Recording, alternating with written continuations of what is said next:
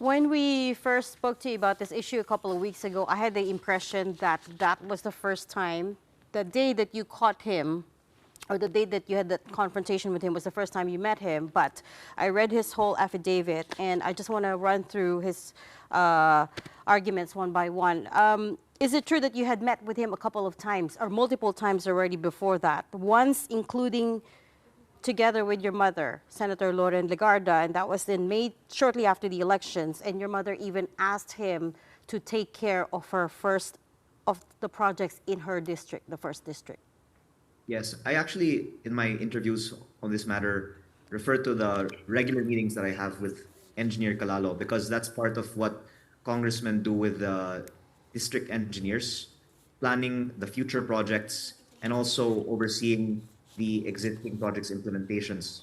The thing that I have been working on in the last month has been auditing the supposed substandard projects in the first district, and the actually pictures that we put on our Facebook page include engineerings of the DPWH office of Engineer Calalo.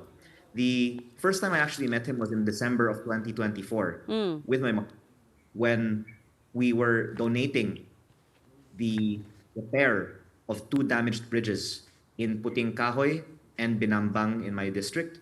I was not yet congressman then, and I donated the repair of these two bridges at my expense and met Engineer Calalo to get approval for the donation and implementation, considering these are DPWH bridges. So he mentions that meeting in his affidavit. After the election, we also met him to first have a kind of courtesy because he actually has to present to us the ongoing and future projects. And I can say this definitively, in these meetings, we have never asked for anything in regards to the ongoing projects. We have no interest personally in any of the ongoing projects. And I don't think he himself would even allege that.